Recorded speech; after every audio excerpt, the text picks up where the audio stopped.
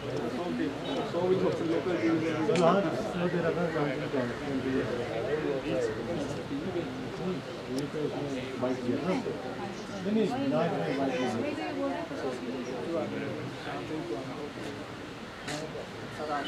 आप इसको कर लो, जब तक ये आएगा तब उससे पहले इनको तो थोड़ा इनके फ़ोन नंबर लगें ताकि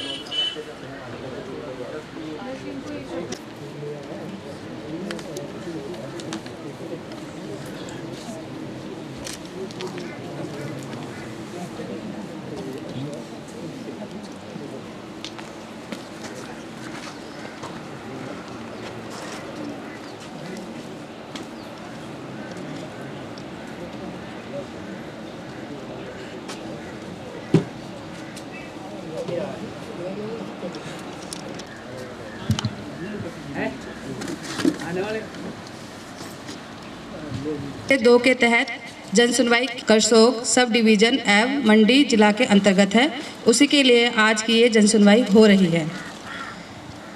और सभा में उपस्थित सभी एसजीवीएम पदाधिकारी का भी मैं एक बार स्वागत करना चाहूँगी। मैं भूल गई थी, इसके लिए सॉरी।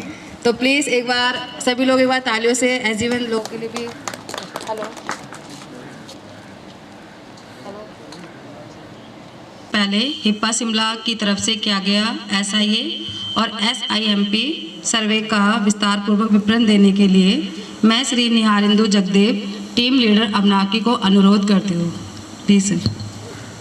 DM सर, करसोग और लैंड एक्विजिशन ऑफिसर, यहाँ उपस्थित असला सराहन के ग्राम पंचायत के प्रधान और ग्राम पंचायत के मेंबर, तेवन ग्राम पंचायत के प्रधान साहब और आए हुए सभी ग्राम पंचायत के मेंबर, और यहाँ उपस्थित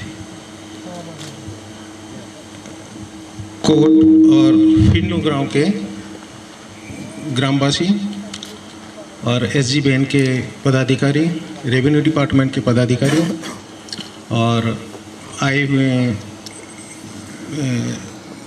न्यूज़पेपर और रिपोर्टिंग से जो भी आए हुए उनको भी मैं आदरपूर्वक सम्मान के सहित उनको स्वागत करता हूं। और जिला परिषद के भी कोई आए हुए मेंबर, उनको भी स्वागत करता हूं। मैं SIA यूनिट हिपा, जो कि हिमाचल प्रदेश का एक नोडल एजेंसी है, लैंड एक्विजिशन के पूरे काम देखते हैं, उनका मेन ऑफिस जो शिमला है, मैं उन्हीं के तरफ से आया हूँ। मेरा नाम निहारेंदु जगदेव। आप सबको पता होगा जो यहाँ Luhri hydro electric project stage 2 का एक प्रस्तावित प्रोजेक्ट है, जो कि सतलुज रिवर के ऊपर बनने वाली है और जिसका क्षमता है 172 मेगावाट। और अभी अभी आए हुए ग्राम के महिलाओं, उनको भी मैं स्वागत करता हूं। और सभी को पता चला है ये जो प्रस्तावित है, आजकल जो नया एक्ट हुआ है, लैंड एक्विजिशन एक्ट 2013 भारत सरकार के, उसी के तहत ये बनना, पहले हमारा बन रहा था दूसरे लैंड एक्विजिशन के एक्ट के हिसाब से, अभी बन रहा है हमारा नया लैंड एक्विजिशन के एक्ट के हिसाब से। उसी एक्ट के हिसाब से हमारा सेक्शन 4 के बेसिस ऑफ सेक्शन 4 के, मैं थोड़ा अभी भी क्षमा मांगता हूँ कि मेरा हिंदी में थोड़ा बहुत कुछ गलती आ जाएगा, आप क्षमा करेंगे। तो सेक्शन 4 के हिसाब से जो SIA होना चाहिए था, सामाजिक प्रभाव आकलन सर्वे, उसका सर्वे हिमाचल प्रदेश के SIA यूनिट हिपा के तरफ से हुआ है। और वो सर्वे का रिपोर्ट, सर्वे जो हुआ था वो हुआ था जुलाई अगस्त सितंबर महीने में, उसका एक ड्राफ्ट रिपोर्ट बना है। मैं फिर दोबारा बताता हूँ, वो एक ड्राफ्ट रिपोर्ट है, एक पूरा फाइनल रिपोर्ट नहीं है, ड्राफ्ट रिपोर्ट बना हुआ है। और उसको ड्राफ्ट रिपोर्ट बहुत सारे stakeholders, collector office, SDM office, प्रधान, बाकी हिपा के लोगों को दिया गया था। और उसी के हिसाब से सेक्शन 5 के अंदर से हमारा एक पब्लिक हियरिंग है, जो जन सुनवाई है। जन सुनवाई इसीलिए महत्व है कि जो ड्राफ्ट रिपोर्ट में जो जो फाइंडिंग्स आया हुआ है या जो भी सजेशन आया हुआ है, उसके ऊपर जन सुनवाई का जितना भी फाइंडिंग्स आएगा उसको इनकॉर्पोरेट करके फिर सरकार को दिया जाएगा। उसके साथ इसी के लिए आप लोगों का सुझाव बहुत महत्व है। तो उससे पहले मैं आपको थोड़ा बता दूं, जो सर्वे जो हुआ था उसका मोटा मोटी फाइंडिंग्स क्या है। उसको आप पूरे फाइंडिंग्स नहीं समझे, क्योंकि एक संक्षिप्त हिसाब से हम फाइंडिंग्स दे रहे।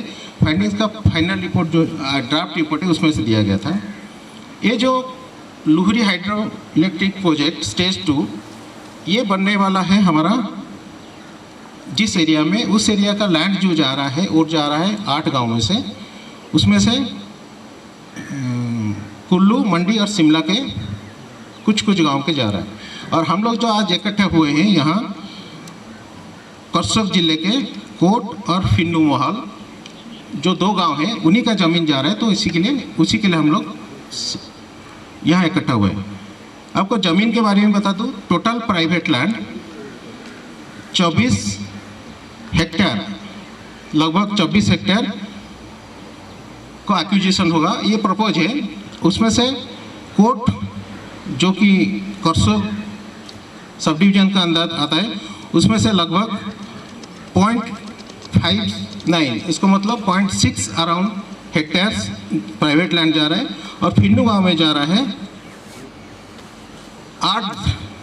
8 हेक्टेयर, अराउंड 8 हेक्टेयर ज़मीन जा रहा है फिन्नू गांव में। तो उसी के लिए हम लोग यहाँ बैठे हुए, जो सर्वे हुआ था, लोग सर्वे कुछ डाटा लाए थे, उसमें से कोर्ट के जो लोग हैं अफेक्टेड फैमिली है वो है 12 फैमिली और फिन्नू के हैं 73 फैमिली। और ये जो सर्वे किया गया था इसका एक बड़ा मुख्य उद्देश्य था, जो लोगों को सामाजिक और आर्थिक स्तर कैसा है प्रोजेक्ट बनने से पहले उसका एक आकलन करना, जो कि एक बेसलाइन स्टडी के हिसाब से आएगा। और उसके बीच में हम लोग आकलन देखेंगे जिसका ज़मीन जा रहा है और उसी एरिया में क्षतिग्रस्त हो रहे लोग, उनके बारे में जानना। तो जो कंस्ट्रक्शन पीरियड में भी क्या होगा उसको भी हम लोग फाइंडिंग्स देंगे। और उसके बाद उसके ऊपर बनेगा जी प्रोजेक्ट बनने का बाद लोगों के ऊपर क्या प्रभाव पड़ा, और बेसलाइन जो बना था जिसमें सामाजिक और आर्थिक स्थिति जाने थे उसके ऊपर कितना डेवलपमेंट हुआ और कितने ज़्यादा हुआ, वो एक प्रोजेक्ट स्टेज बनने के बाद होगा। और हम लोग जो टोटल में इस प्रोजेक्ट का टोटल ही बता देता हूँ, जितने फैमिली थे 324, उसमें से 217 लोगों का ही सर्वे हो पाया था, क्योंकि 217 लोगों ही आप दिए थे अपना सर्वे में डिटेल दिए थे। और उसमें से एक ज़मीन के बारे में जो पूछे लोगों का, पेड़ के बारे में टोटल 11,074 पेड़ जा रहे हैं, उसमें से ज़्यादातर आम और नींबू के पेड़ जा रहे हैं। और डेमोग्राफिक जो जनसंख्या के हिसाब से हम लोग लिए थे, जो कि 15 साल से ही ज़्यादा को लिया गया था लोगों का उम्र के हिसाब से, उसमें से पता चला 918 लोग हैं प्रोजेक्ट अफेक्टेड पर्सन, जो कि उसमें से 465 लोग हैं पुरुष और 453 लोग हैं महिला। तो जैसे सर्वे रिसर्च में हम लोग निकालते हैं सेक्स रेशियो क्या है, जो कि 1000 पुरुष में कितना महिला है, तो इस एरिया में 974 है सेक्स रेशियो, मतलब 1000 पुरुष में 974 महिला हैं। और सामाजिक स्थिति के बारे में जो लिया गया डाटा, उसमें से पता चला इस अफेक्टेड 217 अफेक्टेड फैमिली में से 90 लोग हैं शेड्यूल कास्ट, जो कि अनुसूचित जाति है, और 19 है अनुसूचित जनजाति एसटी फैमिली, और 108 लोग हैं अदर कास्ट। जनसंख्या को धर्म के हिसाब से जब देखा गया तो डाटा से पता चला 217 में से 198 हिंदू कम्युनिटी को बिलोंग करते हैं और 19 लोग हैं जो मुस्लिम कम्युनिटी को बिलोंग करते हैं। तो धर्म के हिसाब से बहुत हिंदू को मानते हैं और मुस्लिम को। इसके अलावा बाकी कोई रिलीजन यहाँ देखने के लिए नहीं मिला। लिटरेसी रेट के लिए लिया गया, काफ़ी अच्छी लिटरेसी रेट है इस एरिया में, 81.51% लोग लिटरेट है। उसके अंदर से पुरुष लोगों का लिटरेसी रेट थोड़ा सा ज़्यादा है, 89.74, 99% 74%, और 73.33% है फीमेल लिटरेसी रेट, जो कि कमज़ोर वर्ग, समाज में एक कमज़ोर वर्ग जिसकी वजह से ऊपर सरकार भी ध्यान देते हैं, सेंट्रल गवर्नमेंट ध्यान देते हैं, बहुत सारी प्रोजेक्ट ध्यान देते हैं। वो सर्वे से जब पता चला कि 90 लोग हैं शेड्यूल कास्ट और 19 लोग हैं एसटी, और जो कि 3 फैमिली ऐसे है जहाँ का घर का मुखिया सिर्फ महिला है, और 2 लोग ऐसे मिले जो कि थे विकलांग, शारीरिक रूप से विकलांग। मैं कमज़ोर वर्ग बताता हूँ क्योंकि उनके लिए बहुत सारी स्कीम है जो कि प्रोजेक्ट के रिपोर्ट के हिसाब से भी दिया गया, उनको ज़्यादा से ज़्यादा ध्यान देने के लिए। और आर्थिक रूप से पिछड़ा, उसमें से पूरे फैमिली जो थे उसमें से 68 फैमिली आर्थिक रूप से पिछड़े हैं। 68 फैमिली में से 33 है बीपीएल, बिलो पॉवर्टी लाइन, 8 लोग हैं अंत्योदय अन्न योजना के अंतर्गत आते हैं, और 27 लोग जो भी है PRCH। ये डाटा हम लोग लिए थे राशन कार्ड के हिसाब से, जिसके पास जो राशन कार्ड रखा गया। और लाइफ स्टॉक जो जानवर के बारे में भी लिए, तो यहाँ का लाइफ स्टॉक एक बहुत बड़ा जीविका है लोगों का। तो पता चला सबके घर में एटलीस्ट एक दो करके जानवर है, जो कि गाय और भैंस।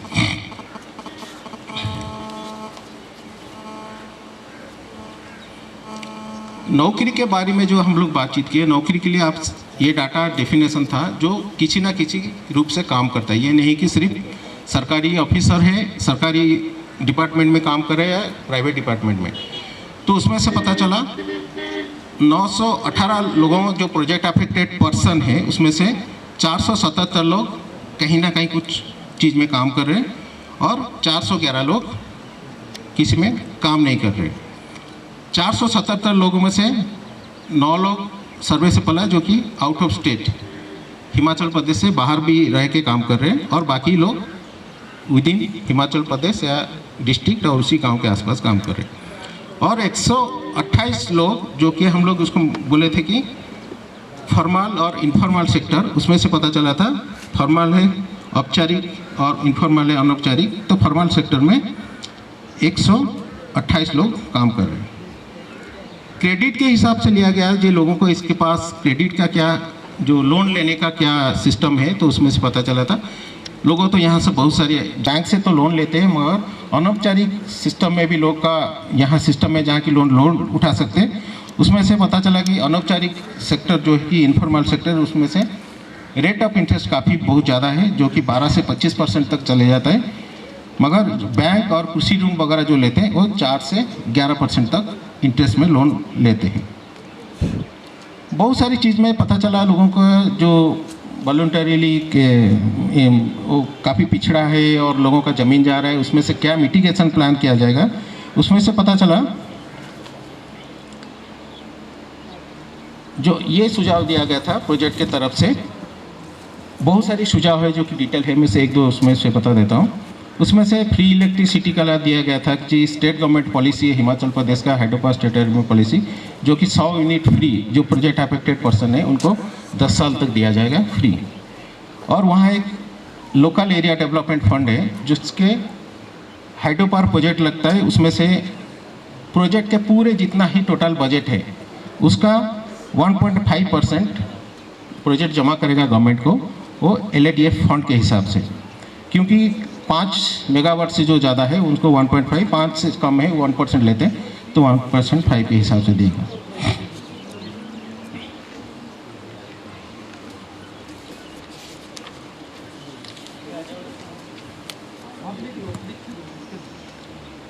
हेलो, तो इसमें से जो सर्वे किए थे, सर्वे से 2-3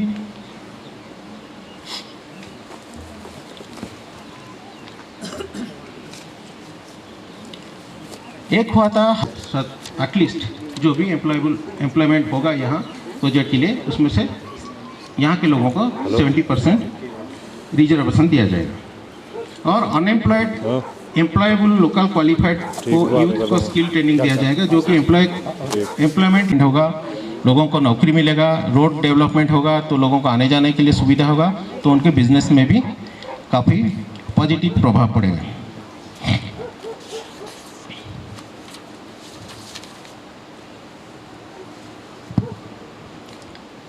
कुछ एडवर्स इफेक्ट क्या है, प्रतिकूल प्रभाव क्या पड़ेगा रहेगा।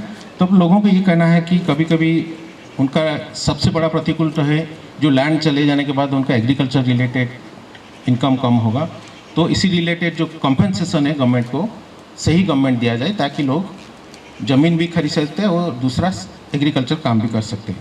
और कभी कभी ये है कि प्रोजेक्ट के तहत काम करने के बाद तो सॉइल इरोजन होता है, मलबा निकलता है, वो आस्था रोड में डाल देते हैं, लोगों का प्राइवेट लैंड में डाल देते हैं। इसके ऊपर ध्यान दिया जाए। और ये जनरली लोगों का भी ये कहना है प्रोजेक्ट आने के बाद यहाँ का लैंड वैल्यू भी बढ़ेगा, तो उसके ऊपर भी ध्यान दिया जाए, कंपनसेशन उसी हिसाब से तैयार कर जाए। और प्रोजेक्ट डिज़ाइन में भी सबसे बड़ा फाइंडिंग्स आया था, लोग बताए थे प्रोजेक्ट डिज़ाइन करने के टाइम में इतना ध्यान दिया जाए कि जो भी आप ज़मीन लेने के लिए हो रहे हो रेसिडेंशियल ज़मीन ना हो और कोई रेसिडेंशियल फैमिली को विस्थापित ना किया जाए। बहुत सारी कम्युनिटी डेवलपमेंट वर्क के लिए आया था, मैं विलेज वाइज वो फाइंडिंग्स हम लोग देंगे बाद में, मगर उसमें से आया था कि ड्रिंकिंग वाटर सोर्स, जहाँ की हर गांव में एक एक ड्रिंकिंग वाटर सोर्स ओवर एक टैंक लगा के लोगों को पानी पीने का पानी का सुविधा दिया जाए। और गांव के अंदर स्ट्रीट लाइट लगा जाए, क्योंकि ये हाइड्रो पावर जो कि इलेक्ट्रिसिटी प्रोड्यूस करेंगे, तो एटलीस्ट हर गांव में स्ट्रीट लाइट दिया जाए ताकि। सुनवाई में हमारे बीच में उपस्थित लैंड एक्विजिशन ऑफिसर, ग्राम पंचायत तेबन के प्रधान जी, SJVNL के हमारे प्रोजेक्ट परमानेंट के उनके पदाधिकारीगण, हमारे बीच में उपस्थित पत्रकार बंधु और ग्राम पंचायत सरहान और ग्राम पंचायत तेबन की जो हमारे प्रोजेक्ट अफेक्टेड मोहाल है, जिसमें फिरनो और कोटे के हमारे प्रबुद्ध जनता। सर्वप्रथम मैं जो आज एक लोहरी हाइड्रो इलेक्ट्रिक प्रोजेक्ट है स्टेज 2, उसकी जन सुनवाई जो हमारा दूसरा पड़ा हुआ है नाच के बाद हम यहाँ पर आज कोटलों में कर रहे हैं। तो इसमें हमारे दो जो मोहाल आ रहे हैं फिरनू और कोट, उसकी जन सुनवाई हो रही है। तो मैं सभी का स्वागत करता हूँ और सभी से अनुरोध भी करता हूँ कि ये जो हमारा लोहरी स्टेज 2 का एक प्रारंभिक चरण है कि बनना चाहिए नहीं बनना चाहिए, एक प्रोजेक्ट है, इससे रिलेटेड स्टडी हो रही है। सामाजिक प्रभाव मूल्यांकन, सोशल इम्पैक्ट असेसमेंट की क्या हमारे जो यहाँ के स्थानीय बाशिंदे हैं उनके जीवन में क्या प्रभाव पड़ेगा, अभी उनकी क्या स्थिति है, क्या सामाजिक परिस्थितियाँ हैं यहाँ पर, क्या आर्थिक परिस्थितियाँ हैं, यदि हमारा प्रोजेक्ट बनता है तब क्या होगी, उससे क्या प्रभाव पड़ेगा हमारी पूरी यहाँ की सोशल स्टाटा और यहाँ का जो हमारा इकोनॉमिक जो भी हमारी एक्टिविटी है, चाहे हम पशुधन पालते हैं, चाहे हमारी बहुत सारी खेती बाड़ी है, चाहे दूसरे अदर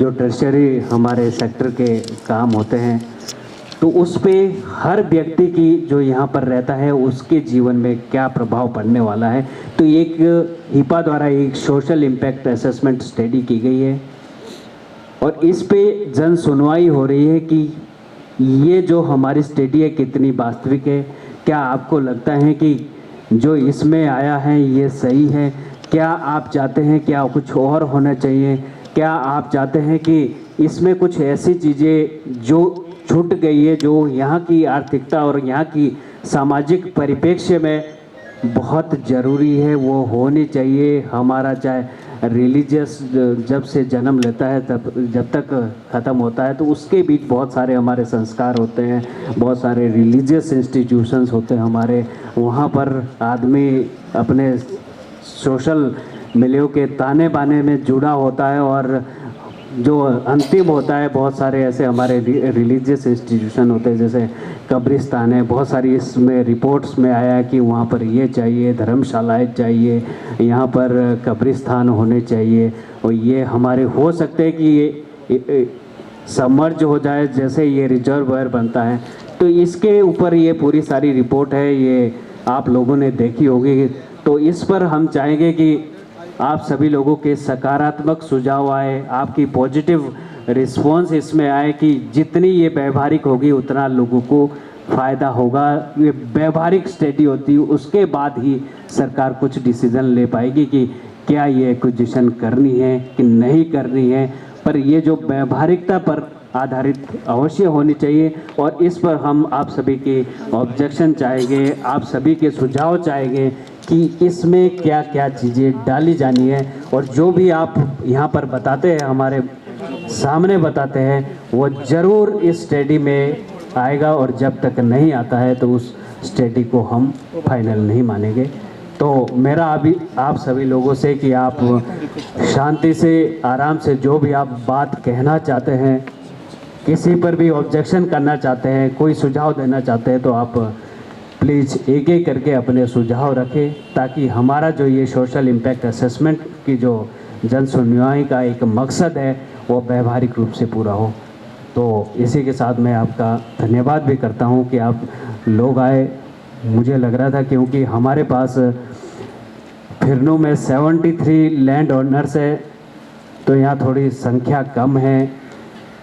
हमारे हेक्टेयर जो बीघा में ज़मीन है, 99 बीघे की जो हमारी फिरनू में 99 बीघा 19 विश्वांसी जो ज़मीन है वो लैंड एक्वायर की जा रही है फिरनू में, जिसमें 73 हमारे लैंड ओनर्स है, भूमि के मालिक 73 लोगों की भूमि है ये, और 8 इसमें रेजिडेंशियल जो घर है, किसी भी हमारे जो यहाँ के स्थानीय निवासी है, वो 8 लोगों के रेजिडेंशियल स्ट्रक्चर है और 14 लोगों के अदर स्ट्रक्चर है। और उसी प्रकार से हमारे जो कोर्ट के जो हमारे मोहाल में, उसमें हमारी 7 बीघा ज़मीन जा रही है जो प्राइवेट लैंड है, और 13 हेक्टेयर यहाँ पर फॉरेस्ट लैंड जा रही है, जिसमें हमारे 12 लैंड ओनर्स हैं।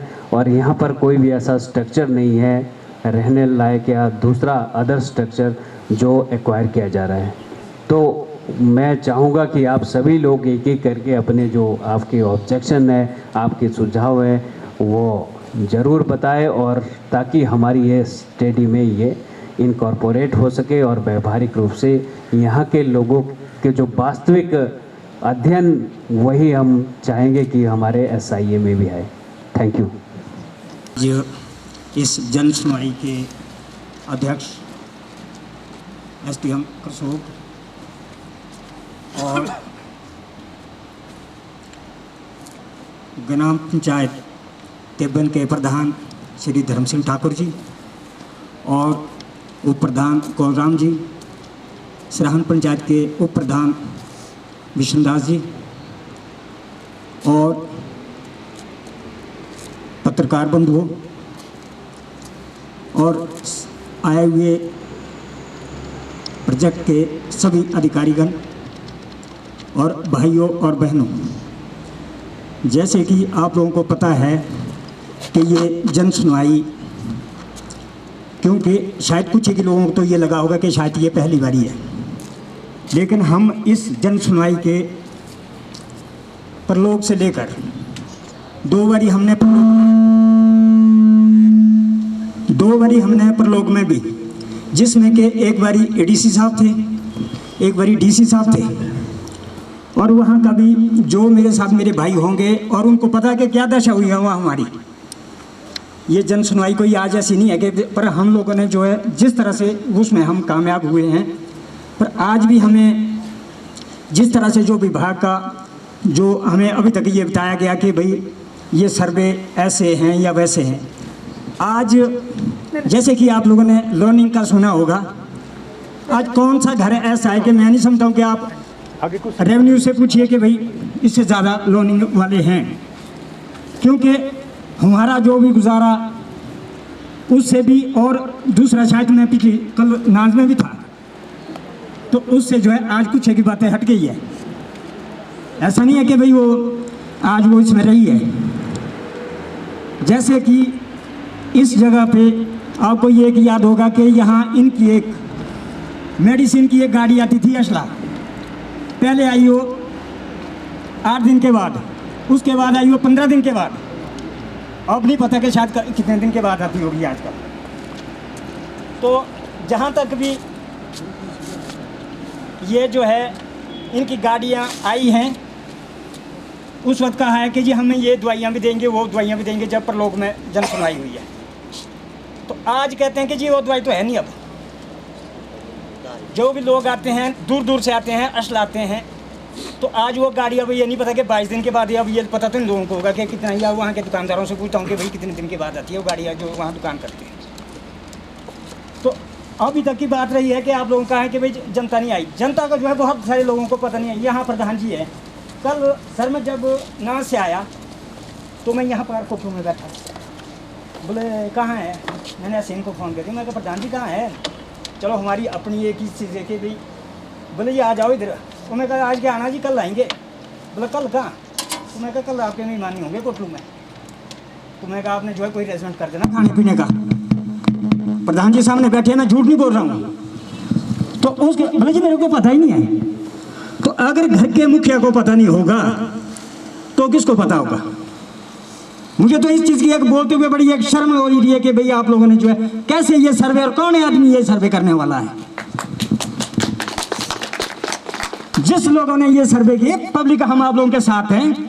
हमको ये नहीं है, हिमाचल एक ऐसी स्टेट है कि जहाँ की लोगों को मान सम्मान, रोटी मिलेगी, सब कुछ मिलेगा। आप गांव में जाइए, लोगों उसके बात सुनिए, लोगों के विचार सुनिए।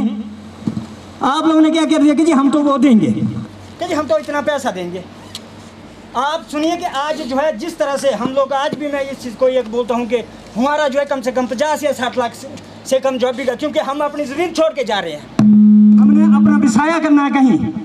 ये लोग जो है पीछे जो कुछ लोग हैं, और उस ये लोग जो है क्योंकि इनके पास ज़मीनें वही है, इनकी भैंसें वगैरह वही है, और ये तो बिल्कुल यहाँ से जिसको कहते हैं कि बेघर हो गए। बहुत सारे लोग वहाँ से जो जिनको जाना पड़ेगा। तो मेरी इससे ये अर्ज है कि हमें चाहे आप लगाइए, हमारा उसमें कोई आपत्ति नहीं है हमें, क्योंकि वो चीज़ें भी हमारा सुझाव था कि भाई हमें टर्नल नहीं बननी चाहिए, हमें ये होना चाहिए, वो पब्लिक का सुझाव था। पर एक चीज़ आप लोगों ने उसमें कोई ध्यान ये नहीं रखा है कि भाई इनको बसाएं तो बसाएं, कहाँ बसाएं? आज जो आपके रेट है वो कहीं नहीं होंगे मेरे ख्याल में। हिमाचल में जो आपने रेट बताए हमें कल जो है ना, में वो कहीं के रेट नहीं है आज हिमाचल में। अगर आप लोगों ने वो उतने देने तो हम खरीदने के लिए तैयार हैं। आप लोग चाहे उसकी ज़मीन के बदले हमें ज़मीन दीजिए, हमें पैसे आपके कोई नहीं चाहिए। अगर ये चीज़ें हैं तो आप हमें कहीं जगह दे दो, और हम अपना घर बना लेंगे, कम से कम बस तो जाएंगे, कटोरा लेके तो नहीं घूमेंगे। क्योंकि पैसे के लिए तो ऐसा होगा कि आज वालों मेरे को मैंने दिए या मेरे बेटे ने जो है कल वो पैसे लेके उड़ा भी सकता है। ज़मीन को कहाँ ले जाएगा? ज़्यादा से ज़्यादा बैंक के पास ही रखेगा रहन, उसके बाद कहाँ जाएगा? पर हमारी एक दशा है कि हम लोगों ने जो है कि ताकि वो लोग कहीं ना कहीं तो बस जाए, पर इसका कोई प्रोविज़न नहीं है बसने का। रही बात दूसरी, तो अगर आप लोग कहते हैं कि जी गाँव में एक टैंक लगाएंगे, यहाँ से खट जो है पानी ले जाओ, पर फिर आगे थैली कौंता तक, कोई टैंक की कोई आवश्यकता नहीं है, यहाँ इतना खुला पानी है। रही बात जिस तरह से आप लोगों ने, क्योंकि अभी तक तो लोग ये जान रहे हैं कि भाई बड़ा ज़मीन तो इसकी लग रही है, मेरे तो लग रहा है, पर साथियों जिसकी ज़मीन लगेगी वो लोग, आप लोग आज सुन लीजिए कि बीमारी आपको भी आएगी साथ में। वो ज़मीन वाला तो गया, लेकिन आप नहीं बचे उससे। आज तो लोग वो जा रहे हैं कि भैया ज़मीन तो इसकी जा रही है, मेरा तो कुछ नहीं, क्योंकि पैसे तो इसको मिलने हैं। पर कुछ ना कुछ जिस चीज़ का अगर फ़ायदा होगा तो नुकसान आपका भी होगा उसमें। तो मेरी आप लोगों से एक अर्ज़ है कि इन चीज़ों का, दोनों चीज़ों से मिल बैठ के, और सब लोगों से मैं ये गुजारिश करूँगा कि भाई ये चीज़ें जो हैं बैठ के और सजाओ कि जी वहाँ क्या, कि जी वहाँ तो कल तक था कि मैं बोल देता हूँ कि भाई वहाँ जो है मक्का पैदा होता है। आप तो आके फिर में जो है ना माश अभी जो है हमारे 200 रुपये किलो बिके हैं। अगर नहीं बिके तो फिर वाले बताइए। उस बल में जो है जो उसको हमारी अपनी भाषा में बोलते हैं बल, उस ज़मीन के लिए जो लग रहा है, वहाँ मूँगफलियाँ होती थी, मसूर चना होता था। तो ये चीज़ें होती है वहाँ उस जगह पे। मतलब ऐसा नहीं है कि कोई वो सारा थोड़ी नहीं है कि भाई वहाँ सिर्फ एक जगह जो है छली बीज ली और बाकी कुछ नहीं बीजते हैं। बहुत सारी अनाज है, पर हम ये नहीं कहते, बहुत सारा अनाज होता है वहाँ। रही बात दूसरी है कि अगर आप लोगों ने ये व्यवस्था सुविधा देनी है हमें, तो तो इस जगह में जैसे कि एक कोटू में आप हमें एक हॉस्पिटल का ये करिए, क्योंकि ये परले लोग भी अरले लोग भी, क्योंकि उस वक्त भी हमारी एक बात हुई थी कि जी आपकी कॉलोनी कहाँ बनेगी, बोले जो तो बसंतपुर में बनेगी। जब वो निचली पर लोग की हेरिंग थी कि जो तो बसंतपुर में बनेगी,